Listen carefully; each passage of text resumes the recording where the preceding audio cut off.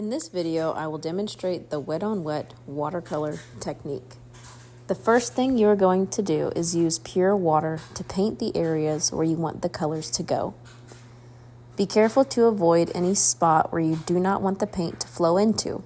I know it's a little odd to paint with just water and it's a little hard to see, but this is what gives it the soft, flowy blending effect that we're going for. The next step is to wet your watercolor pans. You want to load up your paints with a lot of fresh water for this technique. You can use your brush as a sponge to squeeze water onto your paints. Now you are ready to paint.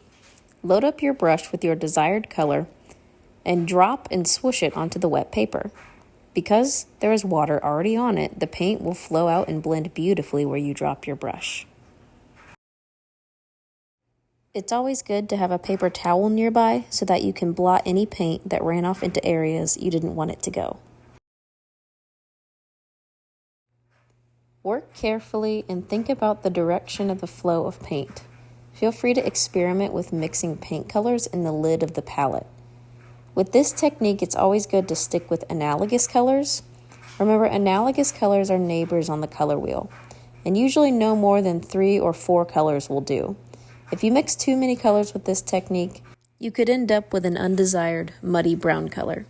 So it's always good to have a color scheme in mind as you're working. Have fun and be creative.